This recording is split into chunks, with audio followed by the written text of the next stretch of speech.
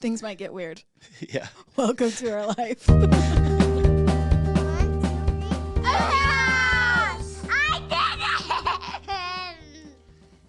Welcome back to the Hewlett House podcast.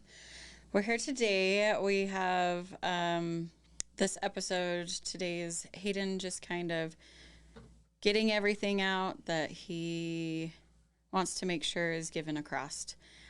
Just kind of wrap up everything and add some heartfelt things into it and continue on. So we just wanted to do this last to wrap up the faith transition stuff and then continue on to everybody else's journeys and experiences and stuff. But anyway, anything else you want to say about it, babe?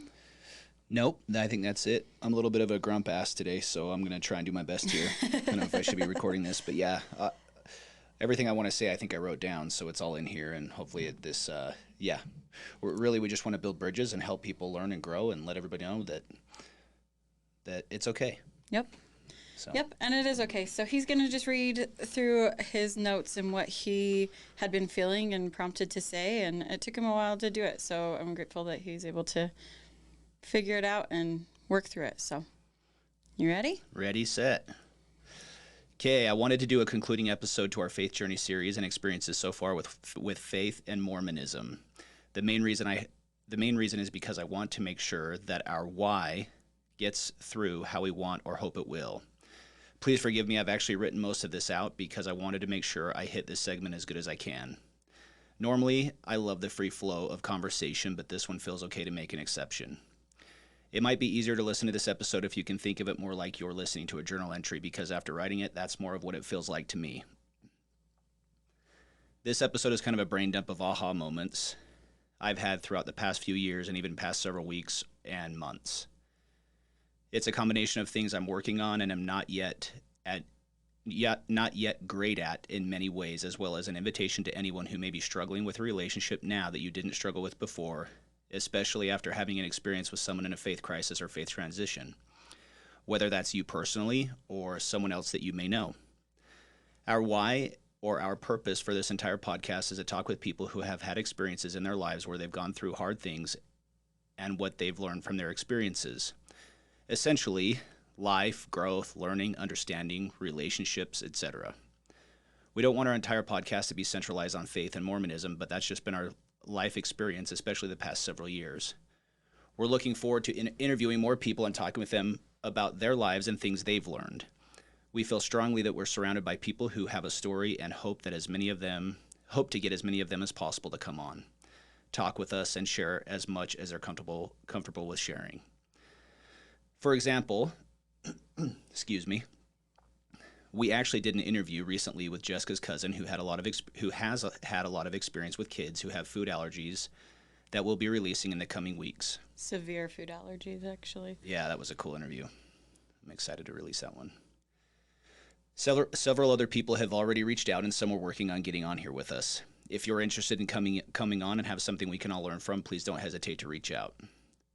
If there's one thing that I hope anyone gets from listening to these recent episodes on our faith journey, it's that communication, time, love, and seeking understanding or really truly listening can help relationships and people heal. I hope everyone that listens to this can do so with an open mind.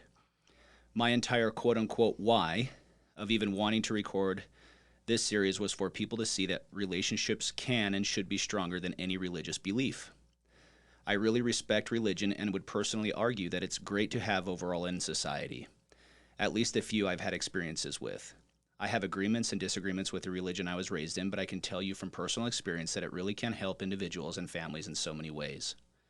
If the entire world followed even just the values of Mormonism, I believe it would make the world an overall better place. However, I also believe that religion in general can sometimes get in the way of who we really are, where we're supposed to be going, and who God really wants us to be. In other words, we can lose our identity a little bit if we allow ourselves to get there, even if by accident. Again, I'm simply speaking from personal experience here, or at least some of my experience in 37 years of life so far. Before I go on too much further, I wanted to let you know about a personality test and lecture series by Jordan Peterson that has helped me a ton. in understanding myself and those around me much better. The personality tests and results were both cool and humbling for me to read and study. The lecture series has helped me really understand the results of that personality test at a much higher level. I recommend this to everyone interested or open to it. You can go to understandmyself.com, and for just $10 you can take the personality test. Then you can have your spouse take it and compare results. It can be really eye-opening. You took yours, but I haven't read. I'm just getting through my person trying to understand me. Yeah, we both did it. And we'll put this stuff in the notes too, where you can find this. But cool. Yeah, good idea. Also, if you want to do the lecture series, you can pay $100 and the test is included in that price. That website's courses.jordanbpeterson.com/personality. Again, we'll put that in the notes. And then you can listen to the 8 lectures and Q&A section, and a Q&A section that I found really fascinating. It opened my eyes to a lot and too much to mention here, so I just wanted to let you know that I'd recommend it, especially to anyone interested in learning more about yourself, why you're the way you are, and why others may be the way they are. Anyway, thanks for letting me share that. I didn't plan to do a wrap-up episode until recently. It was the only way I felt I could finalize my thoughts on my personal experience and truths over the past several years. I'm sorry to be reading much of this like a talk at church, and I think a lot of this may sound preachy, even though it's preachy in a weird way, I guess. First, did you have something? Mm-mm. First, I know how some of this is going to sound, but please know all of this comes from my heart of where I'm at right now in life. A lot of this is not easy to share on a platform anyone can listen to, but I hope it can help someone. That's all. If I'm lucky, it'll help a lot of people. At the very least, this podcast so far has been good couples therapy for Jess and I. Sometimes it's the best time and conversations we get to have during the week, unfortunately. And I'm reading this one, so I guess we have to have fun this weekend. Sucker. We're heading, we are. We're heading out of town. Shh, don't tell. Shh, don't tell anyone. 4 kids will keep you busy. And one cool thing is that I've been able to see Jess already talk with people who have reached out, which she loves because she's a fixer, and she's a damn good one. She's got the biggest heart of anyone I've ever known, and she listens better than anyone I know as well. I really am only doing this to help bring understanding to people on both sides of the aisle, believers and non-believers. I really feel there's a deep need to build bridges in our community and world, wherever possible. I guess I'm just trying to be the difference in the world I see needs to happen, and have as much fun doing it as possible. There's a chance both sides may hate me after this. I could be putting myself in a real pickle here. But really. Haha, but really. If you're listening to this, I love you. Even if I don't know you, I love you. Just know that at least. I mean no harm or hurt feelings, so I apologize deeply if I offend anyone. In fact, it's the very opposite of what I'm trying to do here. Especially if you or a loved one have had a change of faith and your relationship has changed at all. If it's gotten worse, reach out and find a way to fix it, whatever it takes. The whole idea for even wanting to share this part of our journey sprouted from reading too many posts online by people crying for help because a spouse, sibling, friend, or acquaintance had or was pushing them away because they had had a change or adjustment in their faith. I realize a change of faith is a huge deal, especially in a high-demand religion like Mormonism. Maybe some will think that calling it high demand isn't fair, but again, I'm just sharing my experience and opinions here. I'm used to not being right and happy to have more discussions with people on our podcast who disagree with me and have something to share that we can all learn from. It blows my mind and saddens me to see that when people have a change in their faith, that it ruins marriages and relationships. God is in our lives to do the opposite. Yeah, sometimes people need tough love, and that may be necessary at times. But if we can't help somebody, it's probably best for us to stay out of the way and let someone else or God help. And we just support in the ways we know how, and do so with all the love we can muster. Relationships to me are reciprocal. Sometimes we're being pushed, pulled and dragged. Other times we're the ones pushing, pulling, and dragging. And another thing, unless God has told you what we believe in a face-to-face meeting, or what to believe in a face-to-face meeting, I think it's fair for everyone to have a little grace in how they feel about God, Jesus, or who and whatever we believe in. I believe in God. I don't judge anyone who doesn't. I don't judge anyone who is angry either. I think anger can actually be healthy if it can be recognized. but you have to recognize it and fix it, or you're not ever going to be able to live up to your full potential. Anger and negativity only bring more anger and more negativity. Life shouldn't be full of peace and harmony. That hasn't seemed to help anyone either. I think we tend to maybe grow more somewhere between order and chaos, as someone smart has said before. In fact, I'll share another quote from that smart man, Jordan Peterson, that said, and I love this quote: "Chaos is where things are so complex you can't handle it, and order is where things are so rigid that it's too restrictive. In between that, there's a place that's meaningful, where you're partly stabilized and partly curious, and you're operating in a manner that increases your scope of knowledge, yet at the same time, you're stabilizing and renewing you, your family, society, nature, now, next week, next month, and next year." And that's Jordan Peterson. Again, I love that quote. I've learned that in a faith crisis or transition, close family will experience a lot of feelings. That's okay. Feel them. Then work out what you need to. You can figure it out with some effort. Maybe a lot of effort will be needed, and that's probably more realistic. Prayer, meditation, journaling, communication, and asking questions, I think, are all great ideas. If it's a relationship worth having and one you valued before, it'll always take some effort. Also, hurt people tend to hurt other people. If you're hurting, fix it, or reach out and keep reaching out to people that you think can help you until you find the help you need. The church for me growing up was a huge part of my identity, and it still blesses my life in many ways. I'm grateful for the time I spent in it, even if sometimes it does get frustrating for me.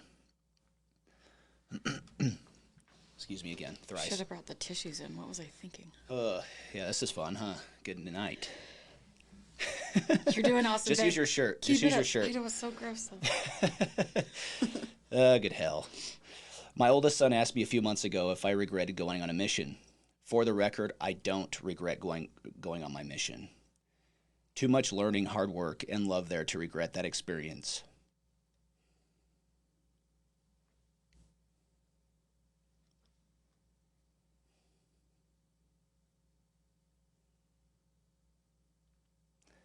I will forever cherish the friendships that I made there. I'm not gonna freaking cry in this either.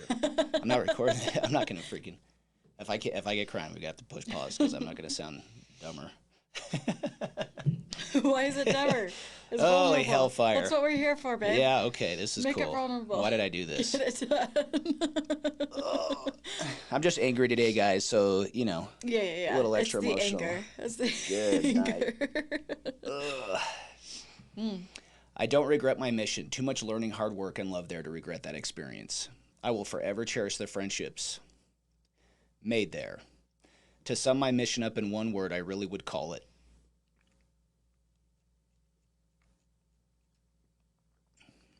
special.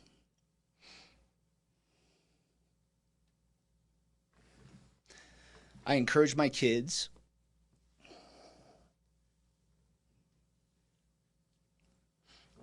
and will continue to encourage them to go on a mission or wherever it is they feel called to in life personally. The only place I know they won't be is sitting on my couch sucking ass at life. There you go. There's a little comic relief for us. Yeah. But that's true. Jack, Maddie, Taft, and Gwen.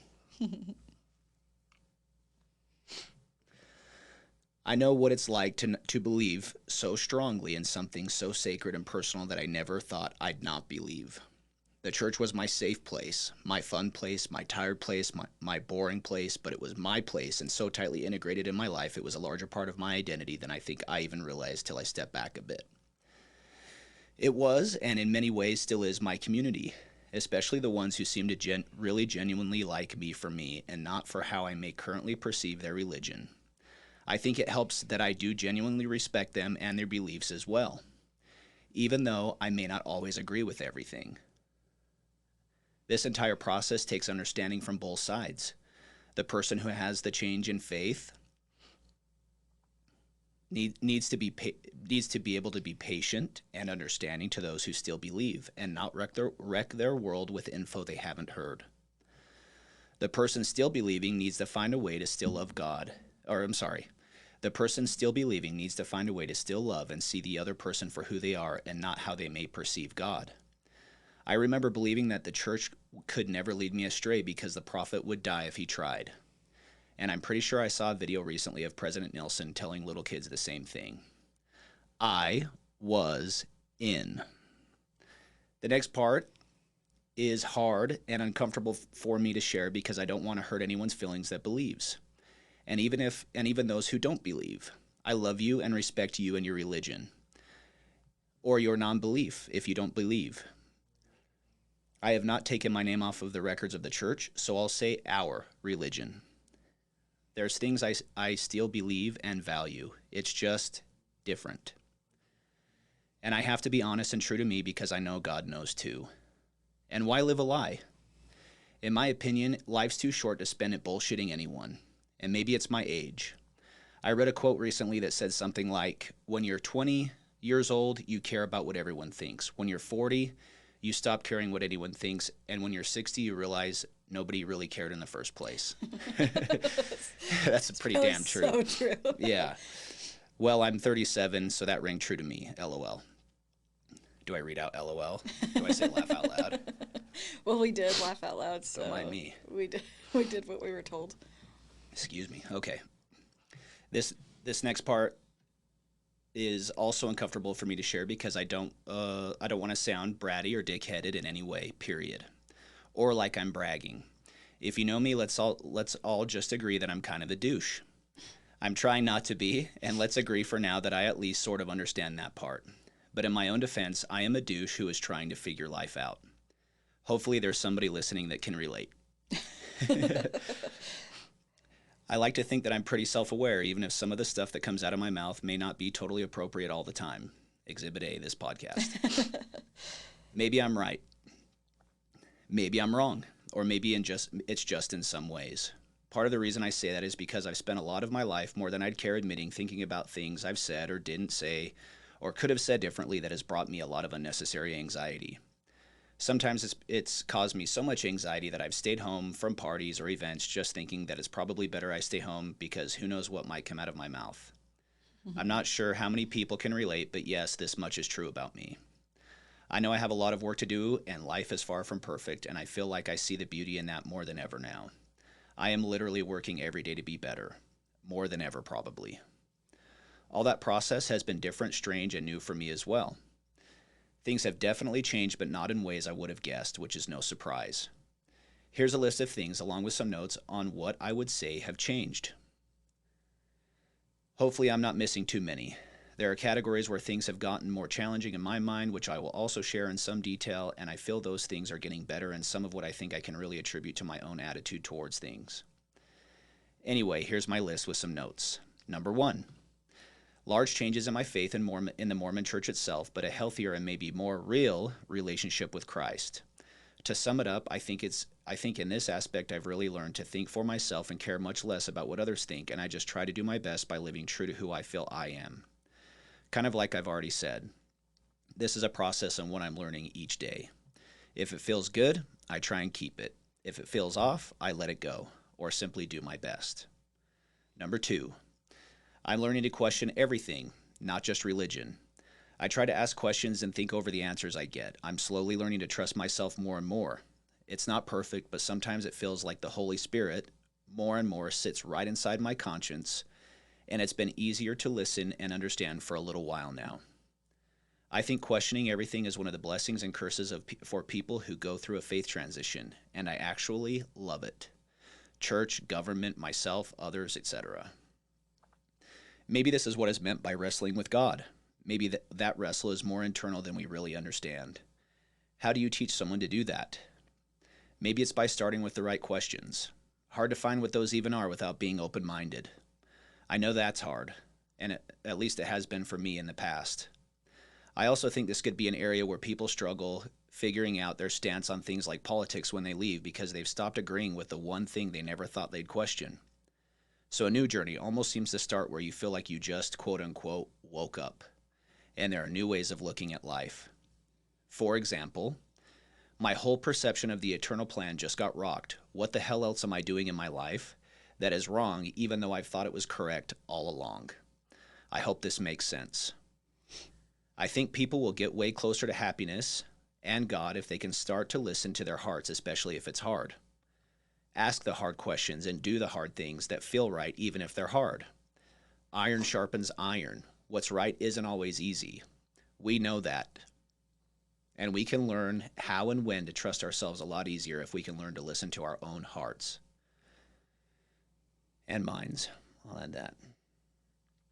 Talk to God or your higher power and follow that intuition as long as you're not killing anyone. And as long as you're not killing anyone or doing major damage in a super negative way, you should probably go with it. What? As long as you're not killing anyone. Yeah. Just make sure not to do that. Yeah, if your heart and mind are telling you to kill somebody, you should question that, okay? That's Let's put that on the probably a record. question. Yeah. Be kind, love. That's the message here. What's good is good. Or at least it's better to do the good even if there's a negative outcome, as long as there's a bigger, good reason for doing what's good or right, which makes it good in the first place. I think this makes sense, but rewind it and let me know if it doesn't. This is what I believe right now anyway. That feels right. If and when it doesn't, then I'm open to adjusting this. Number 3, I feel happier, substantially happier in a very real way. This fact actually surprised me. I thought I was supposed to be less happy, or at least not happier. Then it surprised me that it surprised me, if that makes any damn sense. Like I'm following my heart, I should be happier, right? I've kind of been like, wow, life has so much more color and wonder to it than it ever did before. And I'm happy. Not every day, not every second, just in general. Yeah, because today you're not happy. Yeah, I'm a grump ass today. We've established that. Just teasing. Not every day, not every second, just in general and overall. I feel like I carry a better energy and vibe. I feel it in my core. It's actually been one of the coolest parts of this entire journey. It was dark before, for a while, or a little while. Maybe several months till I was able to figure some things out, and now it seems to be spiraling upwards. Definitely a lot of programming I feel I've had to undo, which I can see good and bad in that, to be very honest. And believe me, I'm not naive to think that life can't get flipped on its head in a real hurry.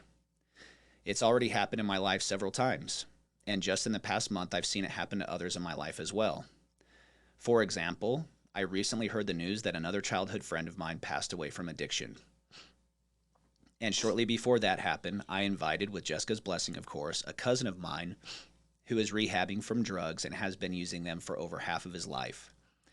He's still with us and will be for as long as he can stay sober and keep a job. Recently, I attended a Narcotics Anonymous meeting with that cousin of mine that is living with us. I was shocked at the number of people they mentioned had been attending those meetings prior to COVID. And that was just the number of people who realized they had a problem and were willing to admit it and do something about it. And that was right here in Provo, Utah. I saw and felt something in that meeting that was really awesome. To me, it was Christ. Every single person in that meeting mentioned God or a higher power. It seems to be a huge part of the recovery process for many, and I would argue most, recovering from any sort of addiction. Interestingly enough, I had a similar experience visiting my younger sister, just a few years younger than me, in prison several years ago. Believe it or not, it was one of the most impactful experiences in my life, and I felt the love of Christ there too.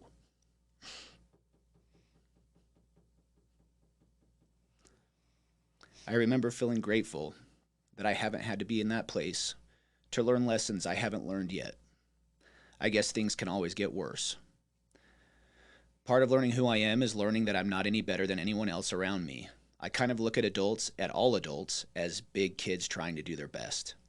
We all have strengths and weaknesses, no matter what our education or career may look like. I know good people do bad things or slip up. All of us. All of us.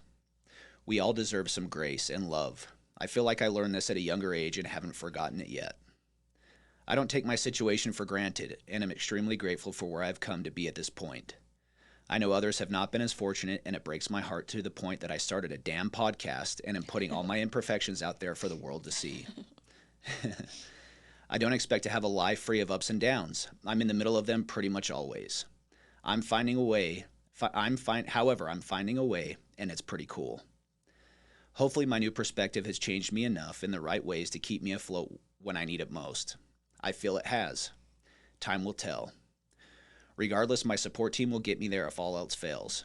We can't give from an empty cup, so I'm doing my best to fill mine and keep it there. I've learned to trust God myself. I've learned to trust in God myself and listen to that good voice in my head that we might call our conscience, intuition, my heart, own brain, the spirit, or whatever you want to call it.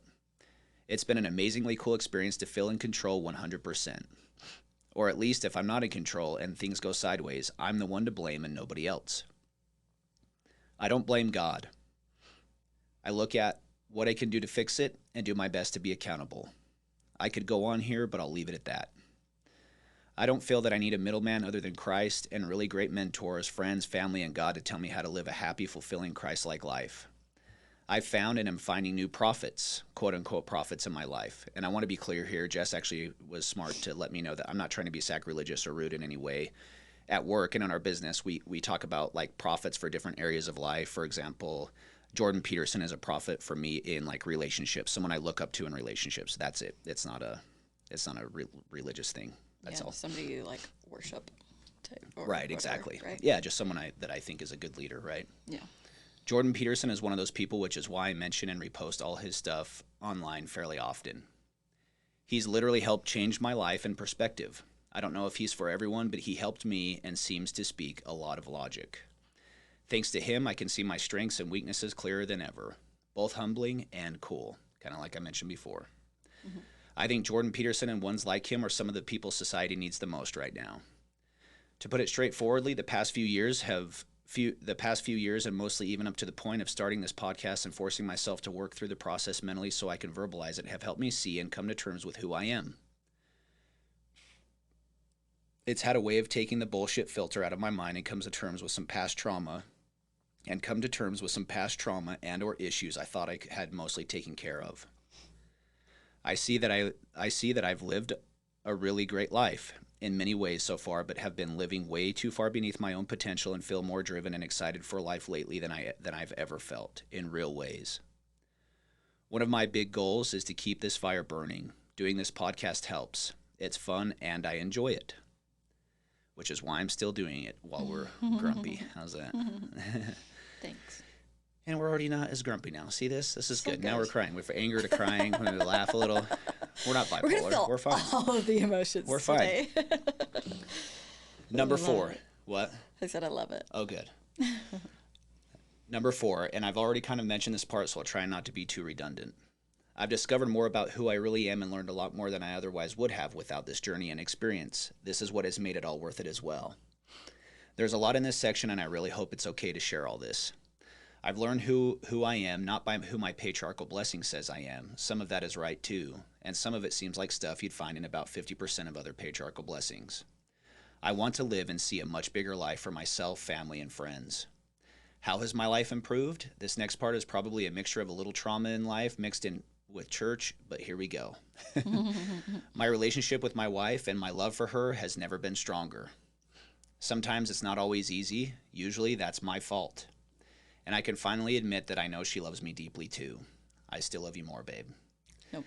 I knew she loved me before, but this experience really tested our relationship, and frankly, in some ways, it still does. We're best friends. Everyone pause and say, "Aw, cute." Cute. Good job. This sounds bad too, but I'm more excited to chill and hang with her and look forward to going on dates as much less of a duty, which I still believe it is, and I know relationships take effort, and more because I want to hang out with her and love her and we have fun together. Plus, she's hot. Throw that in there. Thank you. I love my kids so much, and I know I have a lot of work to do here, but I know they know I love them more than ever. They're so much fun. I feel they've helped me, at least in part, understand the love God must have for us as his children. How to handle helping our kids see things how they are now in my eyes has also been one place where I would say I've struggled, or we've struggled, and are working to improve. It does seem to be improving, though. Would you agree with that? Yeah. Cool. We try to express to our kids that we'll love them whether they want to live their lives in or out of Mormonism, and we'll do everything we can as their mom and dad to support them. Right now, we still attend church as a family. They don't get to choose yet whether they get to go or not. They just go. Because we've raised our kids in the church, it has definitely had some effects on them, which we have so far just worked through with honesty and openness. If we see they're not ready to discuss something, we tell them we're good to wait if they feel they are till they feel they are ready, and that we can talk about it when they'd like to. Another improvement I've seen over the past few years is that I'm probably in the best physical shape. This sounds super douchey, but I gotta tell this. That I'm probably in the best physical shape I've ever been in my entire life. I really hope this lasts because I do feel much better since focusing on exercise and diet. I can get out of shape quickly, so staying in shape is something I plan to keep in control of till I die. I love a good bowl of cereal, a good bowl of Fruity Pebbles, or bring on the sugar. Yeah, that's your kryptonite, huh? Yeah. But you've done really good at not having for a little while. Keep it up. I'm not quite sure why I've focused so much on physical health, especially during the past few years with everything going on, but I do find that going to the gym is a bit therapeutic. I'm a realtor, and going into a recession right now has caused a little bit of a slowdown, but in some ways it seems like it has slowed pretty much at the perfect time for me, but we're moving forward with faith and have stayed as busy as we've needed to for the time being, which I'm so grateful for. I love being busy with my career, sometimes too much, and this has also been a challenge for me at times. We've just come off of the best 2 financial years of our lives, settled over $100,000 in debt without going through bankruptcy, all while having cars repossessed and going through some hard grown-ass man shit, as I will call it. I have great... Yeah, right? Man, we've been through some stuff, huh? Yep. I have great friends, a family who I love and who loves me. A career I love, I get to work with people that I love. I'm amazed by how many amazing people live in my circle. Don't get me wrong, most of us are an island of misfit toys. Mm-hmm. But some of those misfits have the biggest hearts and live the biggest lives of anyone I've ever met. Amen. I'm blessed to know the best. I'm grateful for them. They're my misfits, and I'm theirs. Sheesh. Stop. Sorry. I'm blessed because they all uplift me, even when I may be weighing them down or making them look bad, but they still want to have me around, and I think that's pretty damn cool and what family and friends are for. My eyes are open to a much bigger world, one with endless possibilities, with faith in God and Jesus, who I pray to daily. I figure we all found a way to get here, and we'll find our way to where we're going next, and I'll bet that will be even cooler. Number 5. Last but not least, life after a faith transition can be better than you ever thought, but hang in there. No matter whether you're faithful or have a faith-struggling family member or friend. I think for all of us, at least, to some varying degree, all need great people in our lives and someone we can lean on that will listen and try to understand. Even Jesus had a circle of people helping him. Ed Milet shared this on Instagram recently, and I love it. And if you don't follow Ed Milet on Instagram or at all, you should. He's a stud. Mm-hmm. He's like a billionaire Christian guy that is, his hashtag or his saying is max out. He's awesome. Please know, whether you're in or out and struggling in any way because of a faith crisis, you're not alone. Reach out to us if you don't feel you have anyone else. Please. And we'll do our best. Yeah. Also know that things can and will get better. They will, damn it. It will take effort, may not be easy, and you may not see it now, but it will get better. And never forget that only people who are hurt are the ones that hurt others. Find ways to build bridges. Start with yourself if you need to, then move on to those important relationships, and don't delay. Maybe you just hurt. Maybe you said or done hurtful things. Good news, you get some grace too. One word I probably use way too much is the word sorry. One of the biggest aha moments for me was when I learned that religion is so powerful and becomes so much a part of our identity that when anyone says anything that maybe questions it, whether it's true or not, or whether we've heard it before, it's easy for us to get hurt or offended. For so many reasons. For example, they're lost and it's my fault. What could I have done sooner? Or they don't get it, so I'm leaving them and going to find someone that either wants an eternal marriage, or I'm pulling that kid or those kids out of the family will, not taking them on that vacation, or doing less with them till they figure their shit out. I don't think my marriage and family could have handled that thought process or those thought processes. I'm so grateful I had a listening ear and someone to talk to. I am a lucky one. If you haven't tried listening or understanding, please do that. And again, that advice is for anyone with faith, and anyone with different faith. Next time you have a hurtful thought, ask yourself, why am I really feeling this way? And then ask yourself, what would Jesus do? Or what would my higher power expect of me right now? Jesus seemed to be really good at asking the right questions. We all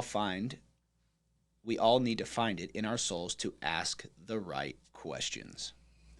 I really do think that it's sometimes okay to agree to disagree. I have close friends and family that I argue with all the time. I still love them. Usually it's just disagreements and discussions, but they're awesome because that's where we can learn and grow. Maybe you can't help or don't know how to in a specific way, but if you can find it in yourself to show your love, that love will go further than we may ever know. Don't be hurtful to your family that might be struggling with their faith. And don't be hurtful to those who are still believing. I think that you will regret it someday. I know I have my list of regrets, and I try to fight the regret by making an effort to be better every day. Christ didn't let the adulterers get stoned. If anything, he hung out with the sinners and healed them. That is a really cool. Yeah. It's like you said. That's the coolest part of the Bible to me right there. Yeah. He spent time with them. He didn't send them away or threaten them with loss of love and connection. I think he's still doing good in the world. Personally, I think he's still doing good in the world. His example and legacy still live on today over 2,000 years later. In closing, no matter where you're at in life, remember to do all these things quickly. Apologize, forgive, talk honestly and openly, ask the right questions, and build bridges. Any negative thought that may come in, just ask yourself if it'll be helpful or hurtful, and if you're not sure, maybe ask someone else for advice or even the person you're feeling it towards. I think it's all about the place those questions come from, more than anything else. Anyway, I hope this has been helpful. Sincerely, Hayden Hewlett. Kiss, kiss, hug, hug, kiss, kiss. That's right, XOXO. And there you go. There it is. Any thoughts? I liked it. Okay. Thanks for letting us hear You got your it, dude. inner thoughts. Well, thanks for hanging in there. Yeah. Any questions? Any thoughts you want to share before we end it? Nope. I love you. Love you most.